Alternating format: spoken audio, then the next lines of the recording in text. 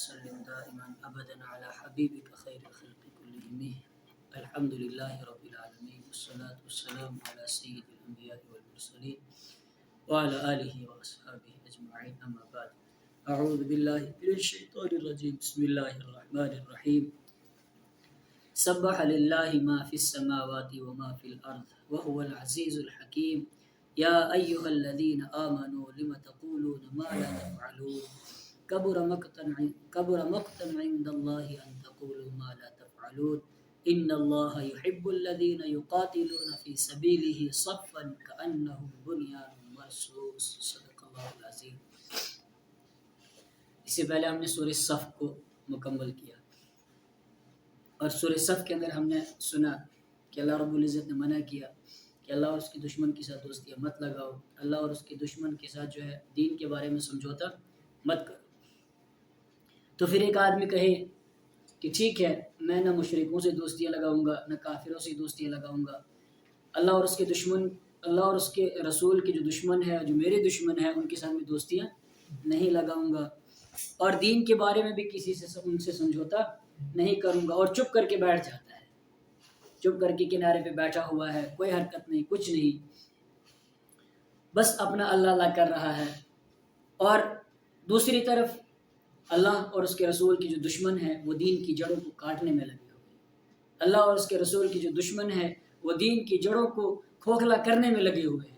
تو کیا اس آدمی کا جو چپ کر کے بیٹھا ہوا ہے، نہ دین کے بارے میں ان سے کہہ رہا ہے کہ میں سمجھوتا بھی نہیں کروں گا، میں ان سے دوستیاں بھی نہیں کروں گا، تو صرف خاموش بیٹھنا کہ اس کے لیے کافی ہو جائے گا؟ فرمایا نہ۔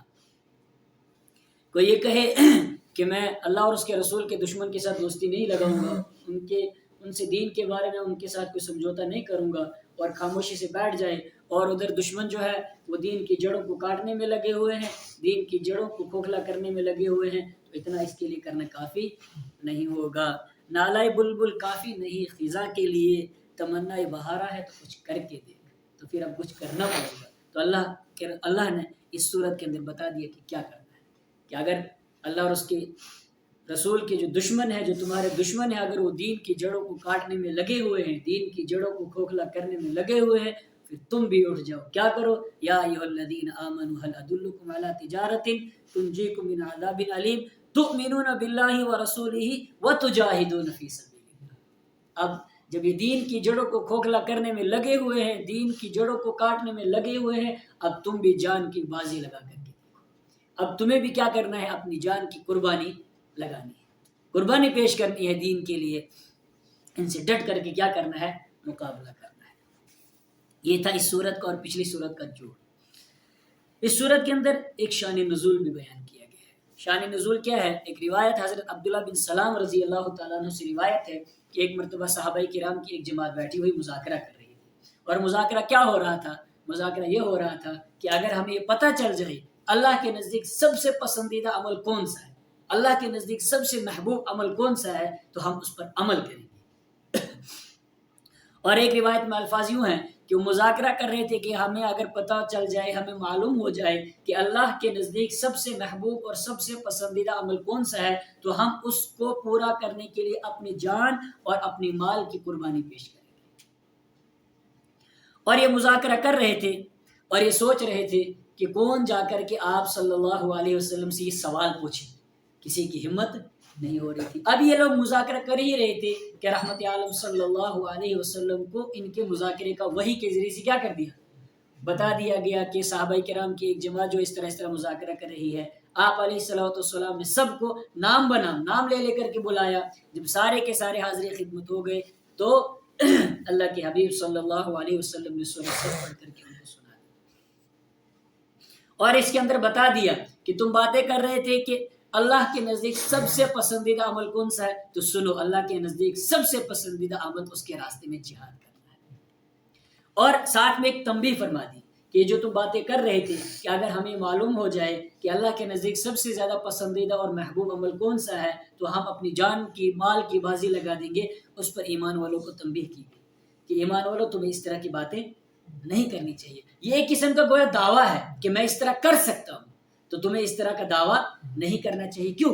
ہو سکتا ہے کہ عین موقع پر تمہارا ارادہ کچھ اور ہو جائے، اس وقت ارادے کو پورا کر سکو یا نہ کر سکو، اس لیے تمہیں اس طرح کی باتیں نہیں کرنی چاہیے۔ جب اس طرح کا معاملہ آ جائے، جان اور مال کی قربانی لگانے کا وقت آ جائے، تو پھر چپ کر کے کیا کرو، جان اور مال کی قربانی پیش کر دو۔ آئیے پڑھتے ہیں۔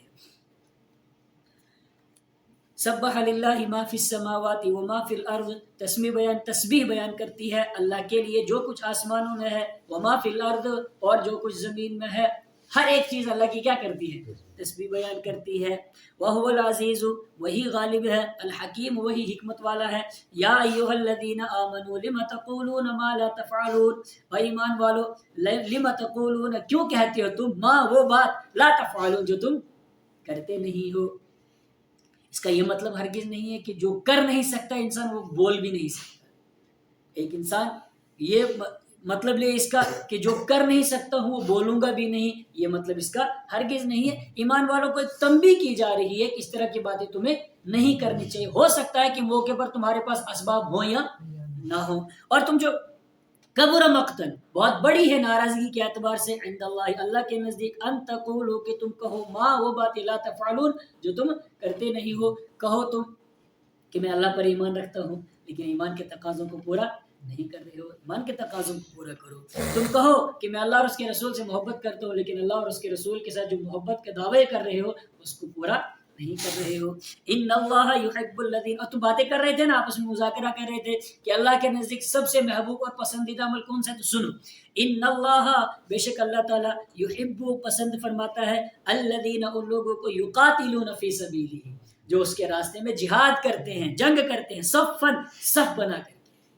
پسندیدہ عمل کے بارے میں بات کر رہے تھے، مذاکرے کر رہے تھے، تو سنو، یہ ہے اللہ کے نزدیک سب سے پسندیدہ عمل کون سا، اللہ کے راستے میں جہاد کرنا۔ کأنہم بنیان مرصوص، گویا کہ اسی سا پلائی ہوئی دیواریں ہیں۔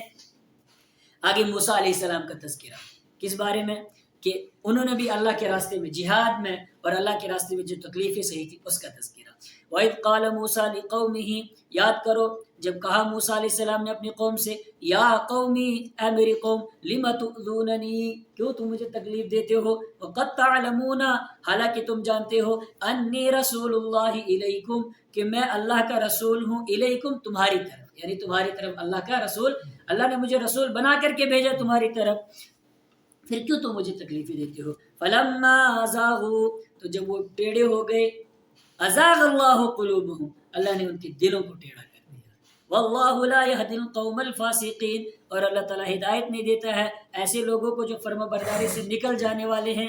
وَإِذْ قَالَ عِيسَى ابْنُ مَرْيَمَ، آگے عیسیٰ علیہ السلام کا بھی تذکرہ، بطور خاص عیسیٰ علیہ السلام کا جو تذکرہ ہے اس کے اندر دو باتیں، عیسیٰ علیہ السلام نے دو باتیں خصوصیت کے ساتھ ذکر فرمائی۔ کیا؟ نمبر ایک، کہ جس دین کی دعوت میں دے رہا ہوں، جو باتیں میں کہہ رہا ہوں، اور جن چیزوں کی طرف میں تمہیں دعوت دے رہا ہوں، بلا رہا ہوں، وہ کوئی انوکھی باتیں نہیں ہیں۔ مجھ سے پہلے جتنے بھی نبی گزرے ہیں، تمام کے تمام نبیوں نے اس چیز کی دعوت دی ہے، اور مجھ سے پہلے بطور خاص تورات کا ذکر، تورات کے اندر بھی یہی باتیں تھیں جو میں باتیں کہہ رہا ہوں، اور میرے بعد جو ایک ہستی آنے والی ہے وہ بھی انہی باتوں کا کیا کرے گی، انہی باتوں کی دعوت دے گی۔ ایک چیز۔ نمبر دو، میں تمہیں ایک رسول کی خوشخبری سنا رہا ہوں، اس رسول کی جو میرے بعد آنے والا ہے، جو میرے بعد نبی آئے گا، اس رسول کی کیا کر رہا ہوں، میں خوشخبری سنا رہا ہوں، اور جس رسول کی میں تمہیں خوشخبری سنا رہا ہوں جو میرے بعد آئے گا، اس کا نام بھی بتا رہا ہوں، اس کا نام ہے احمد، یعنی رحمت عالم صلی اللہ علیہ وسلم۔ آپ صلی اللہ علیہ وسلم کے دو نام تھے نا، محمد اور احمد، اور بھی نام تھے لیکن محمد اور احمد، تو اس کا نام احمد ہوگا۔ وَإِذْ قَالَ عِيسَى ابْنُ مَرْيَمَ، یاد کرو اس وقت کو جب کہا عیسیٰ، یعنی مریم کے بیٹے نے، عیسیٰ علیہ السلام نے مریم کے بیٹے عیسیٰ نے، یا بنی اسرائیل، اے بنی اسرائیل، او اسرائیل کی اولاد، انی رسول اللہ الیکم، میں رسول ہوں اللہ کی طرف سے، اللہ کا رسول ہوں، الیکم، تمہاری طرف، مصدقاً، اس حال میں کہ میں تصدیق کرتا ہوں، بین یدی من التوراۃ، میرے سامنے جو تورات ہے اس کی بھی کیا کرتا ہوں، تصدیق کرتا ہوں، ومبشراً، اور میں خوشخبری دینے والا ہوں، برسول، ایک رسول کی، یاتی من بعدی، جو آئے گا میرے بعد، اسمہ احمد، اس کا نام کیا ہوگا، احمد ہوگا، جس کے لیے پوری کائنات کیا کی گئی ہے، سجائی گئی ہے۔ فلما جاءہم بالبینات، تو جب آئے وہ ان کے پاس، بالبینات، واضح نشانیاں لے کر کے، قالوا هذا سحر مبین، انہوں نے کہا یہ کھلا ہوا جادو ہے، کھل مکھلا جادو ہے۔ کس نے کہا؟ دو مطلب ہو سکتے ہیں کہ عیسیٰ علیہ السلام جب آئے، عیسیٰ علیہ السلام نے اپنی قوم کو دعوت دی تو قوم نے جواب میں کیا کہا؟ یہ جو کلام پیش کر رہا ہے یہ کھلا ہوا جادو ہے، ایک مطلب۔ دوسرا ہے کہ جب وہ آخری نبی آ گئے، یعنی رحمت عالم صلی اللہ علیہ وسلم آ گئے، اور آنے کے بعد جب دین کی دعوت دی، لوگوں کو قرآن سنایا، تو پھر انہوں نے کیا کہا؟ ھذا سحر مبین، یہ کھلا ہوا جادو ہے۔ قرآن کو کیا کہہ رہے تھے؟ وہ جادو کہہ رہے تھے۔ ومن اظلم ممن افترى علی اللہ الکذب، اور اس سے بڑا ظالم کون ہے؟ افترى علی اللہ الکذب، جو بہتان لگاتا ہے اللہ پر جھوٹ کا، وهو يدعى الى الاسلام، حالانکہ اس کو بلایا جاتا ہے کس کی طرف؟ اسلام کی طرف بلایا جاتا ہے، اس کو اسلام کی دعوت دی جاتی ہے۔ واللہ لا يهدي القوم الظالمین، اور اللہ تعالیٰ ہدایت نہیں دیتا ہے ظالم لوگوں کو۔ یریدون لیطفئوا نور اللہ بافواہہم، یہ چاہتے ہیں کہ بجھا دے اللہ کے نور کو۔ کون؟ یہ جو کہتے ہیں نا کہ یہ کھلا ہوا جادو ہے، جادو کہنے والے کیا کہ یہ چاہتے ہیں کہ اللہ کے نور کو بجھا دیں، اللہ کے روشنی کو کیا کر دیں؟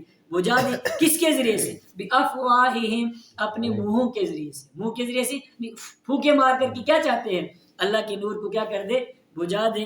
اور اللہ کیا چاہتا ہے؟ واللہ متم نورہ ولو کرہ الکافرون، اور اللہ تعالیٰ پورا کرنا چاہتا ہے اللہ اپنے نور کو، ولو کرہ الکافرون، اگرچہ کافر اس کو ناپسند کرتے ہیں، کافر ہزار ناپسند کرے، لیکن اللہ چاہتا ہے کہ اللہ کی روشنی، اللہ کا نور پوری دنیا میں پھیل جائے۔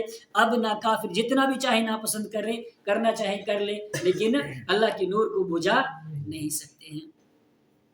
اللہ کے نور سے مراد اللہ کا قرآن، اللہ کے نور سے مراد اللہ کا دین۔ والذی ارسل رسولہ بالہدی، وہی ہے جس نے بھیجا اپنے رسول کو ہدایت دے کر کے، ودین الحق، اور سچا دین دے کر کے، لیظہرہ، تاکہ اس کو غالب کر دے، علی الدین کلہ، تمام دینوں کو، ولو کرہ المشرکون، اگرچہ مشرک اس کو کیا کرتے ہیں؟ ناپسند کرتے ہیں۔ اللہ رب العزت مجھے بھی اور آپ کو بھی اپنا کلام کی سمجھ عطا فرمائے۔ وآخر دعوانا ان الحمد للہ رب العالمین۔